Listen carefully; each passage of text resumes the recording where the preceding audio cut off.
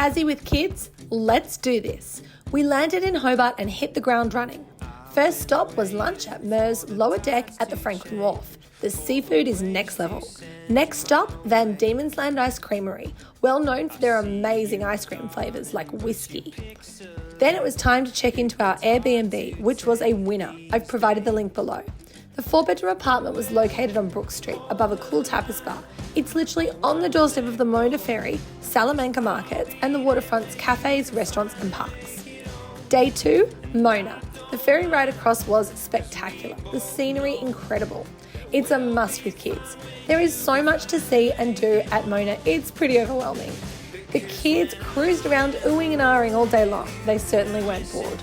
Warning though, there are several parts of Mona that contain very adult content and are not kid friendly. So don't go letting your kids run ahead of you. Close supervision is definitely required. There are plenty of outdoor spaces for the kids to enjoy. One thing we found a bit disappointing was the food.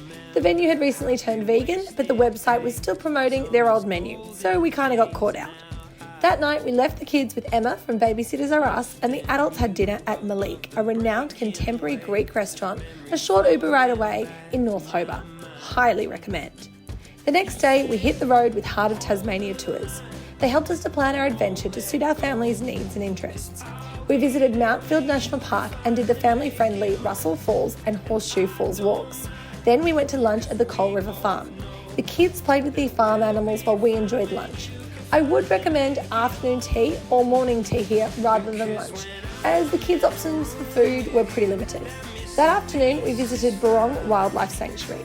This was the highlight of the trip for the kids. The sanctuary is located in the most incredibly picturesque landscape.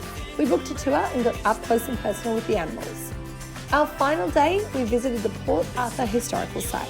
We learnt so much about Australia's history as a convict settlement. We lunched at nearby Bangor Vineyard Shed, where the food was exceptional. We spent the afternoon exploring the Forestier Peninsula and marvelling at the incredible views of the Devil's Kitchen and Tasman Arch. Our final stop was the Tessellated Steps. Then Heart of Tassie Tours zipped us back to the airport, tired and ready for bed. We packed a hell of a lot into 3 days in Tassie.